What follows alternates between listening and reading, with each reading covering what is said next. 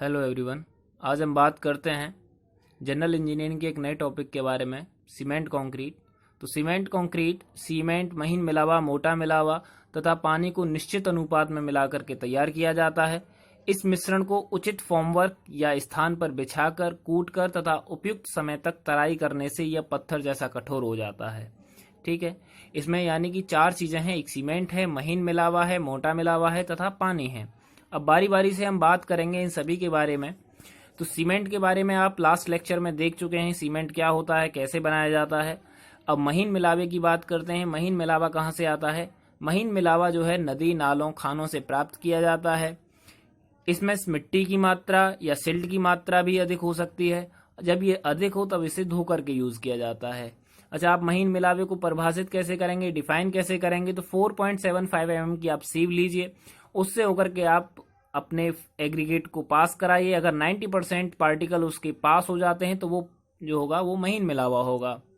आगे बात करते हैं कोर्स एग्रीगेट के बारे में।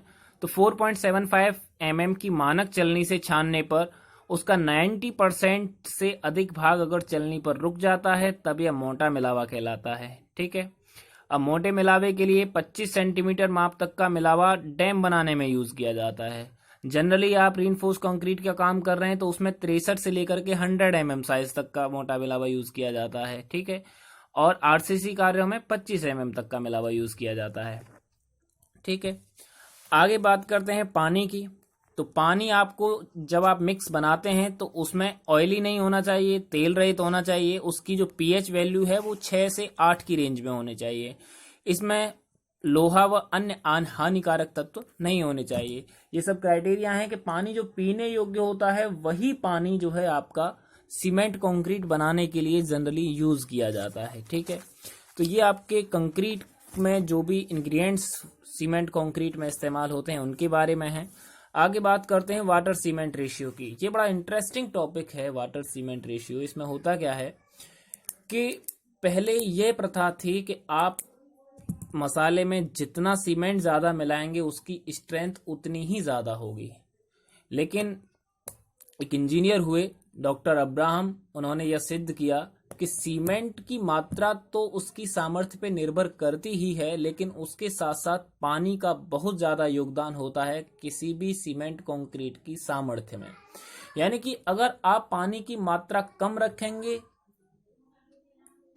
तब भी उसको उतनी सामर्थ्य नहीं मिल पाएगी, और अगर आप एक रेंज से ज़्यादा रख देंगे तो उसमें जो है स्ट्रेंथ फिर भी कम हो जाएगी। ठीक है, तो डॉक्टर अब्राहम ने एक नियम प्रतिपादित किया जिसे कि आप जल सीमेंट अनुपात बोलते हैं, कि कंक्रीट में प्रति किलोग्राम सीमेंट में मिलाए जाने वाले पानी व सीमेंट के अनुपात को जल सीमेंट अनुपात कहते हैं। इसे स्मॉल w से शो किया जाता है। W वाटर को शो कर रहा है, C सीमेंट को शो कर रहा है। ये सभी किलोग्राम में लिए जाते हैं। जल सीमेंट अनुपात डॉक्टर अब्राहम ने दिया था। कंक्रीट की सामर्थ्य जो है वो जल सीमेंट अनुपात पर बहुत ज्यादा निर्भर करती है। सामान्यतः जल सीमेंट अनुपात 0.40 से लेकर के 0.45 तक लिया जाता है। ठीक है, ये इतनी सारी बातें आप याद रखेंगे, आपके सिलेबस के लिए इतना पर्याप्त है। ठीक है, बाकी चीजें आपकी बुक में दे रखी हैं, डिटेल में वो आप पढ़ सकते हैं। अगर आपको नहीं समझ में आता है तो मुझे कमेंट करके बता सकते हैं। नेक्स्ट टॉपिक है आपका वर्केबिलिटी। कि वर्केबिलिटी क्या होता है?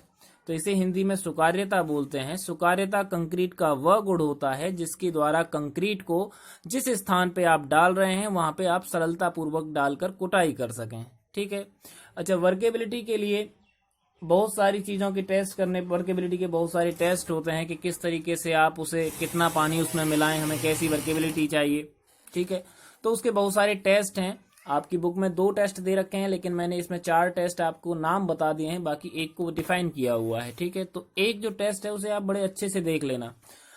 अब पानी की मात्रा सीमेंट में मिलाने पे कंक्रीट में बहुत सारी चेंजेस आते हैं। जैसे कि अगर कंक्रीट में पानी की मात्रा अधिक हो जाती है तो उसकी सतह पे व्हाइट पानी आ जाता है सीमेंट के साथ में। ये आपने देखा भी होगा, उसे ब्लीडिंग बोला जाता है, हिंदी में उसे उत्सर्वण बोलते हैं। ठीक है, ये 2 नंबर में पूछ दिया जाता है कि उत्सर्वण क्या है। तो कंक्रीट में यदि पानी की मात्रा अधिक हो जाए तो उसकी सतह पे पानी आ जाता है तो वह ब्लीडिंग कहलाती है।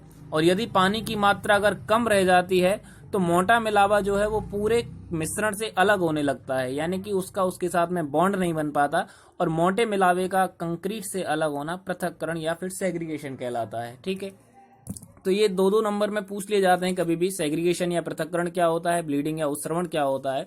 तो ये जो है वर्केबिलिटी यानी कि पानी की मात्रा पे डिपेंड करते हैं दोनों। आगे हम बात करते हैं वर्केबिलिटी के लिए टेस्ट होते हैं कुछ कंक्रीट के। सबसे पहला टेस्ट है बाई स्लम्प कोन टेस्ट, जिसे हिंदी में अवपात परीक्षण बोलते हैं। सेकेंड कॉम्पैक्शन फैक्टर, जिसे कोटाई गुणांक परीक्षण बोलते हैं। फ्लो टेस्ट, बहाव परीक्षण इसे हिंदी में बोलते हैं। और वीवी कंसिस्टोमीटर। ठीक है, ये चारों के आप नाम याद कर लेना, slump cone test, compaction factor, flow test और वीवी कंसिस्टोमीटर। इसमें से एक के बारे में अगर पूछ लेता है आपसे, स्लम्प कोन के बारे में, और ये बहुत ज्यादा यूज होता है, साइट पे भी इसे आसानी से कर सकते हैं और लैब में भी इसे बहुत आसानी से किया जाता है। ठीक है, तो इसके लिए जो एपरेटस यूज किया जाता है वो फ्रस्टम कोन होता है, एक शंकु छिन्नक का मोल्ड होता है, जिसको कि मैंने इसमें बनाया हुआ है, डायग्राम आप देख सकते हैं, जिसका कि नीचे का जो डाया है वो 20 सेंटीमीटर, ऊपर 10 सेंटीमीटर का, और इसकी हाइट जो होती है वो 30 सेंटीमीटर होती है। इसके साथ में एक टेम्पिंग रॉड यानी कि कुटाई छड़ होती है, जिसका कि डाया 16 mm होता है और उसकी लेंथ जो होती है वो 60 सेंटीमीटर की होती है। उसकी नोक जो होती है, एक सिरा उसका नुकीला बनाया जाता है, जिससे कि कंक्रीट की कुटाई की जा सके। ठीक है, फर्दर इसका प्रोसीजर क्या है कि आप सीमेंट कंक्रीट बनाते हैं, यानी कि आप पूरी तरीके से मिक्स प्रिपेयर करते हैं। मिक्स जो लिया जाता है वो करीब 20 लीटर मिक्स लिया जाता है। ठीक है, अब उसको 3 लेयर में इस मोल्ड में भरा जाता है। प्रत्येक लेयर की 25 बार कुटाई करते हैं। भरने के बाद में मोल्ड को हैंडल जो उस पे लगे हुए थे उसकी सहायता से ऊपर उठा लिया जाता है। अब उसमें क्या होगा कि जो कंक्रीट आपने भरी है वो थोड़ा थोड़ा गिरना शुरू हो जाएगी। ठीक है, जब वो कंक्रीट गिरने से स्थिर हो जाए, स्टेबल कंडीशन में हो जाए, तो वहां पे आप उसकी हाइट मेजर कर लेते हैं कि अब उसकी हाइट कितनी बची है। तो उसकी जो पहले टोटल हाइट थी यानी कि 30 सेंटीमीटर तक आपने भरा था, और अब कंक्रीट के बिखरने के बाद जो उसकी हाइट रह गई है, उन दोनों का आप डिफरेंस निकाल लेते हैं, वही आपका वर्केबिलिटी होती है। ठीक है, वही स्लम्प आ जाता है और वही स्लम्प आपकी वर्केबिलिटी को बताता है। ठीक है, अब 3 तरीके के स्लम्प आते हैं, एक ट्रू स्लम्प आता है, एक शियर स्लम्प आता है, एक कोलैप्स स्लम्प आता है। ठीक है, आपकी बुक में दिए हुए हैं, उन्हें सही से पढ़ लेना कि ट्रू स्लम्प क्या होता है, शियर स्लम्प क्या होता है, कोलैप्स स्लम्प क्या होता है। कोलैप्स स्लम्प अगर आता है तो फिर हमें दोबारा से जो है टेस्ट करना पड़ता है, और ट्रू स्लम्प में हम कंक्रीट को पास कर देते हैं। ठीक है, अब स्लम्प की जो या फिर ये जो स्लम्प की रेंज है वो क्या रखी जाती है डिफरेंट कंडीशन या डिफरेंट कंस्ट्रक्शन वर्क के लिए। तो अगर सामान्य कार्यों के लिए अगर आप घरों में यूज कर रहे हैं तो 50 से लेकर के 100 mm तक लिया जाता है। ठीक है, अगर वाइब्रेटर के साथ यूज करते हैं तो वह 25 से लेकर के 50 mm तक यूज किया जाता है। ठीक है, अच्छा, इसकी कुछ लिमिटेशंस हैं कि यह टेस्ट 40 mm से बड़े साइज के मिलावे के लिए उपयुक्त नहीं है। आपका अगर मिलावा उसमें 40 mm से ज्यादा है तो ये टेस्ट आप नहीं करेंगे।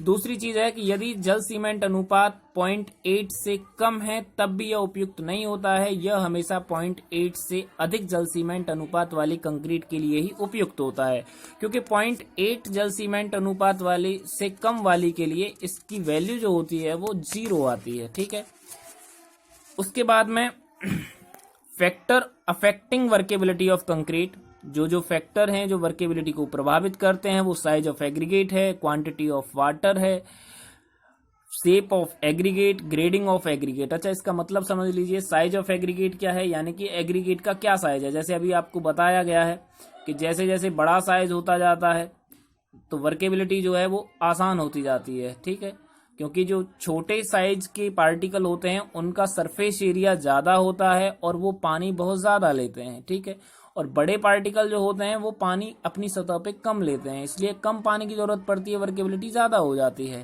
क्वांटिटी ऑफ वाटर, पानी की मात्रा, तो साधारण सी बात है, निर्भर ही करेगी क्योंकि वर्केबिलिटी है ही पानी की मात्रा कंक्रीट में।